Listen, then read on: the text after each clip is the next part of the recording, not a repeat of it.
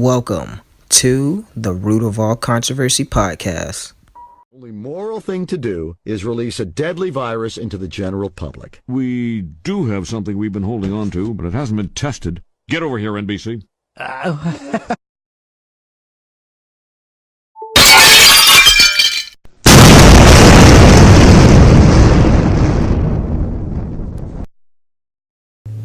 Welcome to the Root of All Controversy podcast.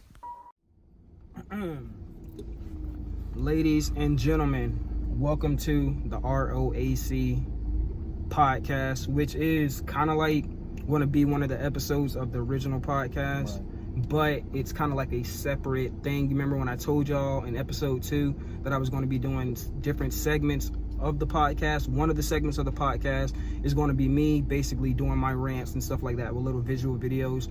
Second part of the podcast is me going to be bringing on different guests and everything and seeing what they have to say, and we'll just have a whole conglomerate of ideas going on that podcast. And then a third podcast is going to be podcasts like this with me and my boy. We'll be doing just talking about different current events, video games, life, whatever we're talking about. So those are 3 segments of the podcast. ROAC podcast, a branch off from the ROAC podcast, which doesn't include it being numbered by episodes, and this podcast, which is a different branch off of those other branches of the podcast.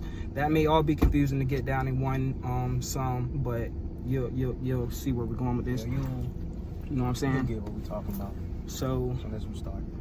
So it's 2020, 2020, February. New Year's end. So really what we're trying to do is just come back strong and everything on the podcast, because I did have a little break away from it and everything. I haven't really been dropping videos as fluently as I wanted to, because certain reparations caused me to not be doing the podcast for a while. So I'm trying to come back. Pretty much life.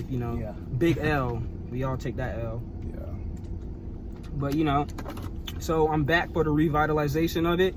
And without further ado, I'm here with my boy O. My name is not important, as y'all already know. That's the slogan. Let's go. So let's see. Real talk. We say the major thing that's happening right now, the coronavirus. Yes. Is it a scare? Is it real? Or was it all planned out? What do you think about it? Well, see, the thing about the coronavirus, when we have any type of virus or pandemic level pathogen afoot, I look at all the common events. You know what I'm saying? I look at all the common themes, really. Let's look at the SARS epidemic. Right. We remember SARS, right? We were all dead, right? Okay. Let's look at the Ebola epidemic just a few years back. What was that, in 2015? That was we were all dead, right? Everyone was zombie, Day of the Dead. Right. Okay, so I that's what I do first. I go back, I'm like, okay, that's what happened then. Okay, that's what happened then. So here we are in 2020 with another epic pandemic, the coronavirus, which they say is the cause of human to animal transmission, meaning human to animal consumption of food. Right. Bat soup and snakes and shit like that. They tried to blame it on the Chinese people eating the bats.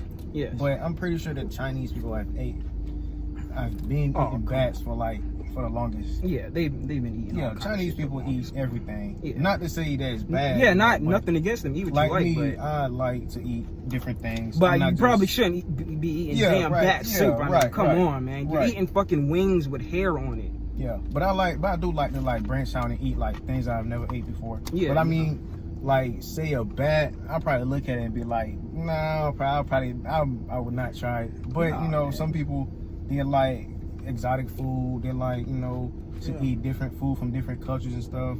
And especially in China, people eat a lot of things. They eat squids, they eat everything, all that type of stuff. But organism. So now they coming out and saying that it's because of eating bat soup and whatnot. But I'm saying it can't be the reason, because think about it. Yeah, once you, like I said, let's go back to the common themes. We had SARS, we had Ebola, we had a whole bunch of other pandemic viruses that were afoot on us and everything within the long run of this. So let's look at it. It's 2020. We're in the second month. It's February. We haven't even been here this long, and we've had all kinds of things happening. We've had so much destruction already. Right. But back to the coronavirus. Do I think it? First of all, I'm gonna just say this. None of this, what I'm saying, is compulsory to your belief or anything else. This is just information that I'm handing out because I don't know. Don't take it to the heart. I don't know. I only look at the information and then you conclude and, you know, compare, and that's how you get what you would call proof or conclusions. So I just know that Bill and Melinda Gates, the Bill and Melinda Gates Foundation, like I said, I wrote about this online. 3 months ago, ran a simulation in which a virus would be released that would kill up to 65 million people. Note that this particular virus was the coronavirus. Right. So we have a concentrated simulation being ran by, okay, come on, Bill Gates, the person who says he wants to reduce world population, the person who I told you 3 years ago in 2017 came up with an equation to eliminate humans. Okay? Yeah. Bill Gates is really powerful. I didn't want to cut you off. Nah, go ahead. Bill Gates, he's powerful. He's powerful. He has enough money to probably feed the world over and over again. He could, but that man makes money by the second. Dude, and people think that Bill Gates got his wealth because he was some computer technician nerd. No, his dad was the head of Planned Parenthood, eugenic centers. Like, dude, none of that shit came from Microsoft and all this other bullshit. No.